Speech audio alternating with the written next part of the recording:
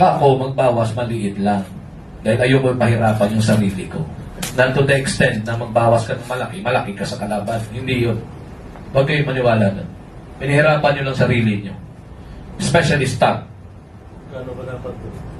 Ako magbawas ako 50. Kaya ko magbawas kahit 120, 100, kaya kong habulin yun. Pero yung manok mo, nagsasuffer. Bakit doon tayo? Huwag tayo doon.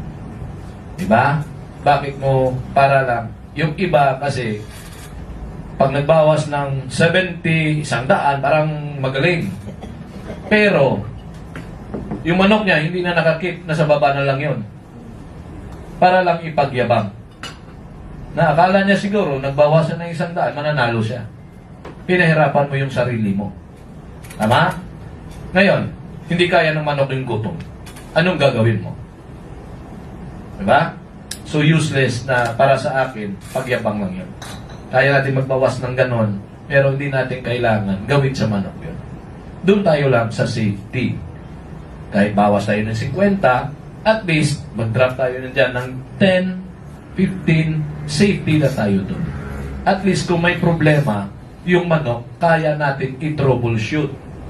Paano mo ma-troubleshoot yung isang manok kung bad weight ka na? Una, pressure ka sa bad weight. Diba? Hindi mo na madiskarte yan.